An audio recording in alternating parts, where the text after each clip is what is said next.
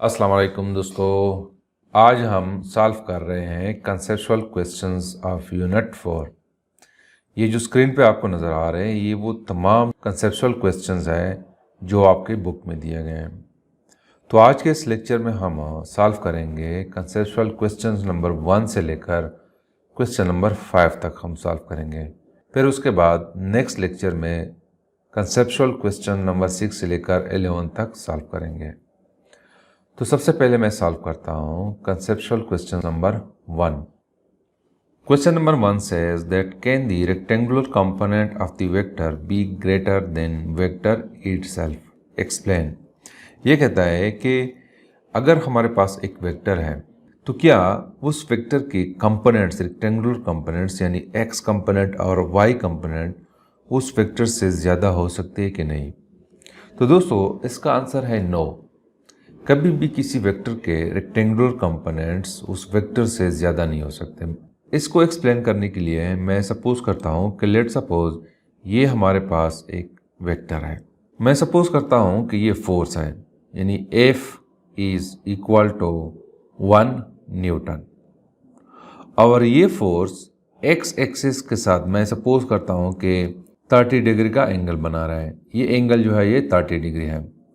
तो इसके rectangular components जो बनेंगे वो एक कंपोनेंट ये बनेगा x कंपोनेंट और एक कंपोनेंट ये y बनेगा। और हमें पता है कि ये कंपोनेंट fx है which is equal to f cos theta और y component fy is equal to f sin theta.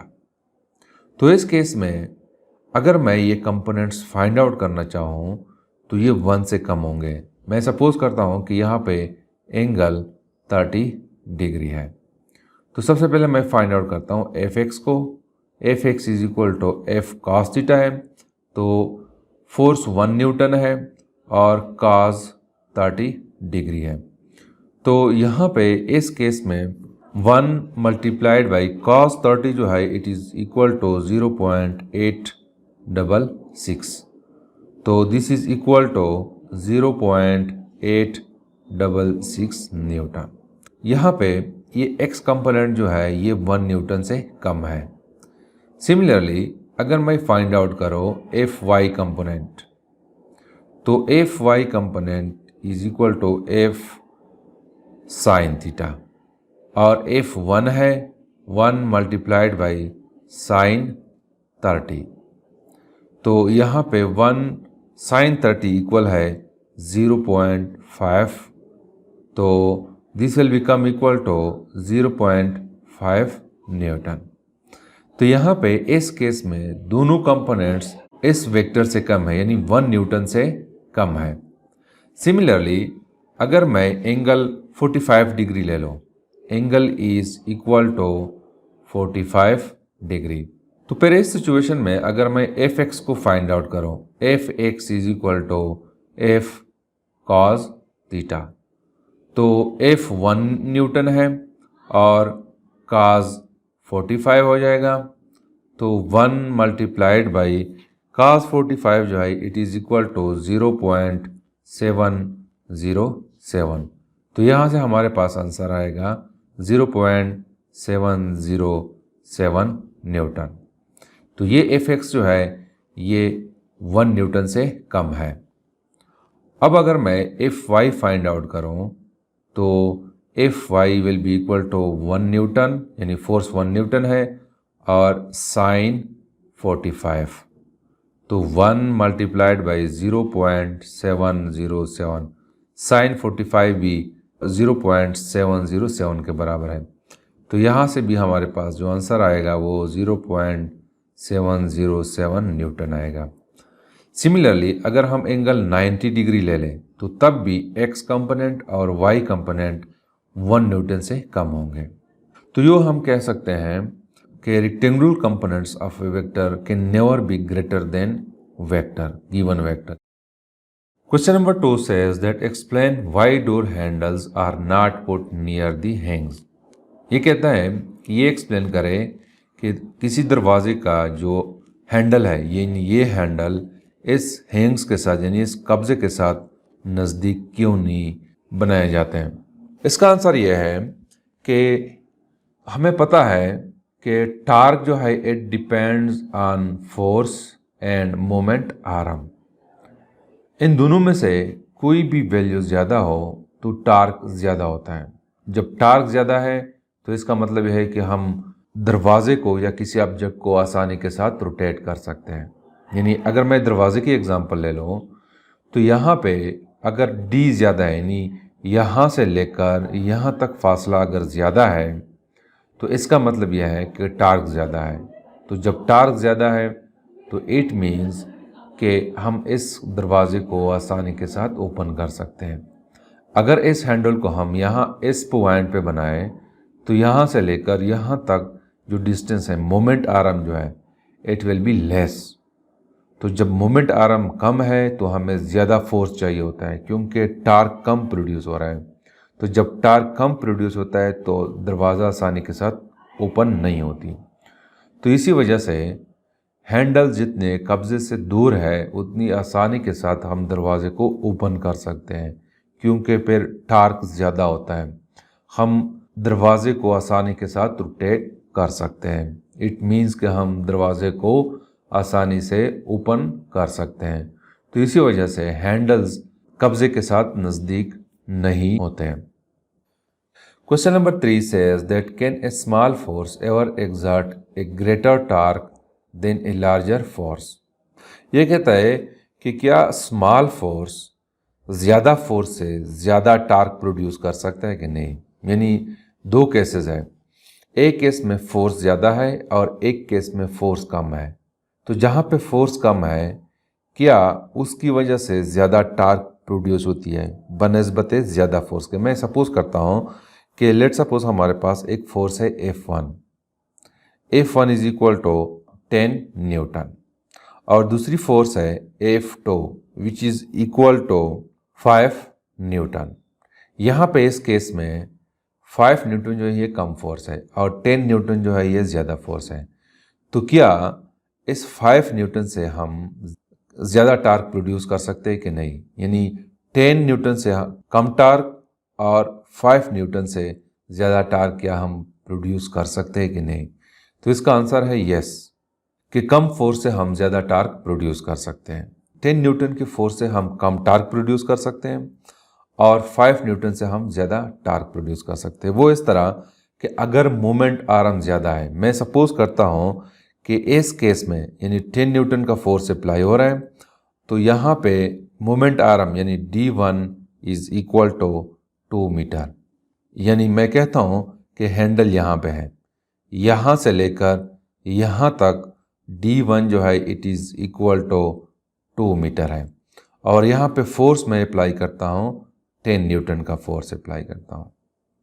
तो यहाँ पे मैं टार्क को फाइंड आउट करता हूँ। तो torque will be equal to F1 multiplied by D1। तो F1 जो है it is equal to 10 newton और D1 is equal to 2 metre. तो torque will be equal to 20 newton metre. तो इसको मैं नाम देता हूँ T1। अब दूसरा मैं कंसीडर कर रहा हूँ कि यहाँ से लेकर यहाँ तक डिस्टेंस यानी इस पॉइंट से लेकर इस हैंडल तक distance D2 is equal to 8 metre. यानी इस केस में जब मैं फोर्स अप्लाई करता हूँ 8 न्यूटन का तो यहाँ पे D2 जो है it is equal to 8 metre. यहाँ पे इस सिचुएशन में मैं फोर्स अप्लाई करता हूँ 5 न्यूटन। तो इस सिचुएशन में टार्क अगर मैं फाइंड आउट करूँ तो T2 is equal to F2 multiplied by D2। F2 5 है 5 न्यूटन और D2 8 मीटर है। तो यहाँ पे जो टार्क प्रोड्यूस होगा वो 40 न्यूटन मीटर। देखो यहाँ पे इस केस में फोर्स ज़्यादा है लेकिन टार्क कम है, इस केस में फोर्स कम है लेकिन टार्क ज़्यादा है। तो लिहाजा we can produce greater torque with the help of a small force as compare to the large force. Question number 4 says that why it is better to use a long spinner rather than a short one to loosen nut. ये कहता है कि long spinner को हम क्यों इस्तेमाल करते हैं, ये बेहतर क्यों है as compare to the short one. यानी यहाँ पे दो स्पिनर हैं, एक का आर्म ज़्यादा है और दूसरे का आर्म कम है। तो हम इसे कहता है कि ये लॉन्ग स्पिनर क्यों हम इस्तेमाल करते हैं, यूज़ करते हैं, और ये क्यों बेटर है as compare to this one. वो इसी वजह से कि अगर हम किसी नट को ओपन करना चाहे और उसके लिए हम लॉन्ग स्पिनर यूज़ करें तो इस नट को हम आसानी के साथ ओपन कर सकते हैं, इसी वजह से कि मोमेंट आर्म ज़्यादा है।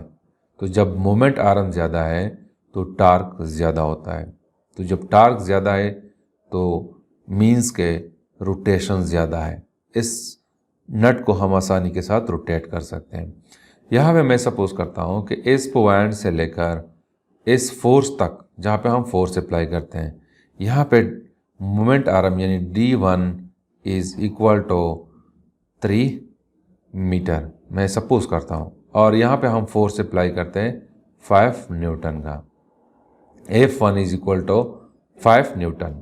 तो अगर मैं टार्क फाइंड आउट करना चाहूँ तो torque will be equal to, इसको मैं नाम देता हूँ T1, तो F1 मल्टीप्लाइड बाई D1, तो F1 5 न्यूटन है और D1 3 मीटर है, तो this is equal to 15 newton metre.